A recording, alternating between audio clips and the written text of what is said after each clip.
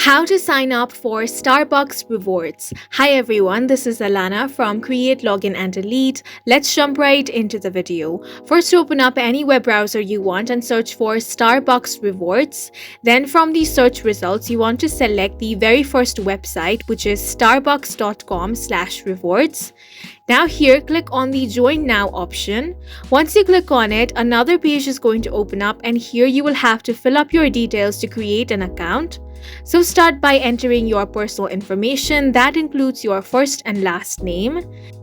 Now for account security, enter your email address and then create a password.